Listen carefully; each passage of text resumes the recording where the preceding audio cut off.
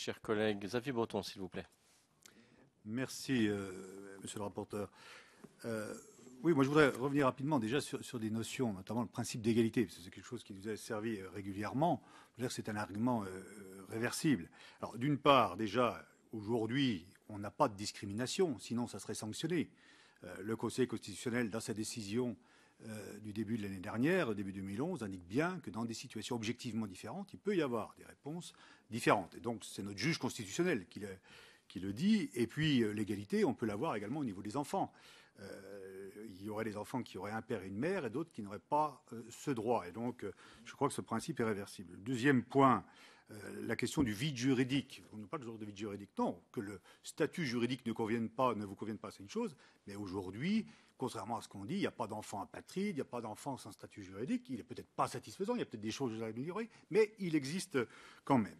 Troisième point sur lequel je voulais également faire une mise au point, c'est on parle de résurgence de dérapage. Alors d'abord, il faudra les citer concrètement pour voir lesquels c'est. On a eu l'occasion d'avoir un débat la semaine dernière sur les propos de notre collègue Nicolas Dhuicq. On a vu que c'était bien une interprétation qui avait été faite qui pouvait conduire à considérer que ce soit des dérapages. Et s'il doit y avoir des dérapages, ou en tout cas des propos un peu forts, je crois qu'ils sont à sens réciproque, confère l'audition des responsables religieux des cultes la semaine dernière, qui elle aussi a donné lieu à ce que je considère comme des dérapages.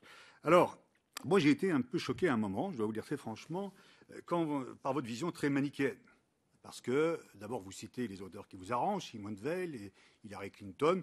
J'aurais pu vous citer des très bons auteurs comme Elisabeth Guigou au moment du Pax, ou Sylviane Agacinski. Donc, je veux dire, là-dessus, on peut être, ou Lionel Jospin, on est à égalité. Mais vous citez, je crois que c'est Hillary Clinton, en parlant du bon côté de l'histoire. Quelle vision! Imaginez que d'autres courants parlent du bon côté de l'histoire. La semaine dernière, imaginez la polémique qu'on aurait eue. Et donc, il faut se méfier du bon côté de l'histoire parce que c'est ce qui amène l'intolérance.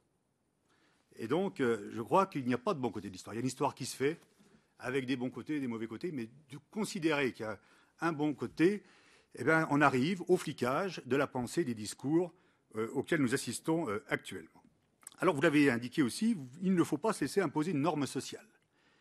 Alors là, j'aurais une question. Est-ce que limiter le mariage à 2 personnes, c'est une norme sociale? Je n'ai toujours pas eu la réponse de fond qui consiste à dire si on n'appuie pas le mariage sur l'altérité sexuelle, un homme et une femme, qu'est-ce qui empêche de se marier à 3? Alors là, la question reste posée. Je finirai avec une question.